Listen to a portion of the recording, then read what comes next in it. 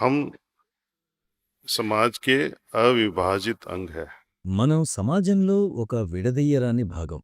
ఇతరులకు సేవ చేయడమంటే మనకు మనమే సేవ చేసుకోవడం అవుతుంది. భగవంతుని సేవ అవుతుంది. ऐसा मत सोचो कि समाज की सेवा करना సమాజానికి సేవ చేయడమనేది గొప్ప విషయమని భావించకు. అది మన బాధ్యత.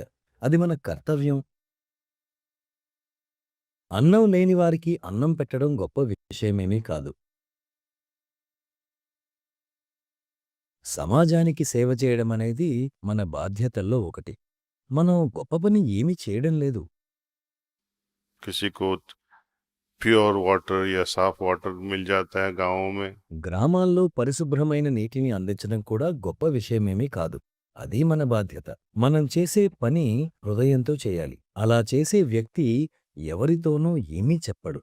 మౌనంగా తన పని తాను చేస్తాడు. కొందరు ప్రదర్శన కోసం చేస్తారు. ఎందుకంటే వారి దృష్టిలో అది ప్రదర్శించటానికే.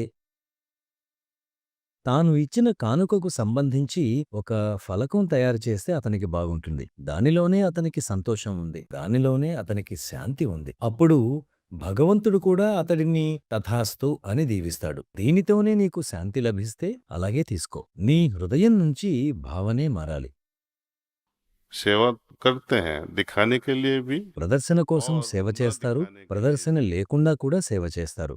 ఇద్దరిలో ఎవరు గొప్పవారనిపించుకుంటారు?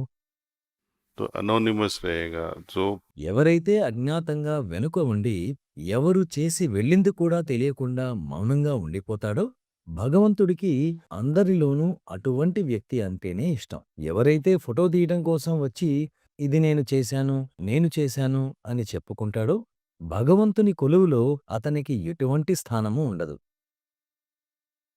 కనుక ఏదైనా చేయాలనుకుంటే శాంతిగా, మౌనంగా కూర్చొని నీకు సాధ్యమైనంత వరకు చెయ్యి. అంతేకాని ఈ సమాజము, ఆ సమాజము, ఆ దేశానిదా, ఈ దేశానిదా అనేవి మనం చూడకూడదు.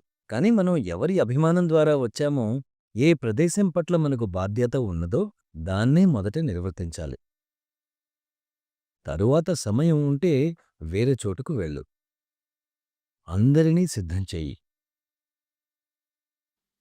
हमारी एक बड़ी जिम्मेदारी है कि మన ఉన్నతమైన బాధ్యత ఏమిటంటే నీకంటే క్రింది స్థాయిలో ఉన్నవారందరినీ తయారు చేయాలి. వారికి నేర్పవలసిందేమిటంటే నీవు ఏ పని చేసినా ప్రేమతో చెయ్యి. నీకు ప్రేమ లేకపోయినా, ఇష్టం లేకపోయినా చేయవద్దు. అన్నింటి యందు ప్రేమ ఉండాలి. మనం భగవంతుని ఏ విధంగా భక్తితో ఆరాధిస్తామో అదే విధంగా మనం చేసే పనిలో కూడా భక్తి తాలూకు సుగంధం వెలువడాలి. అంతేకాని విధి లేక, గత్యంతరం లేక చేయవద్దు. ఈ పని చేయకపోతే నాకు గత్యంతరం లేదు అనే భావనతో చేయవద్దు.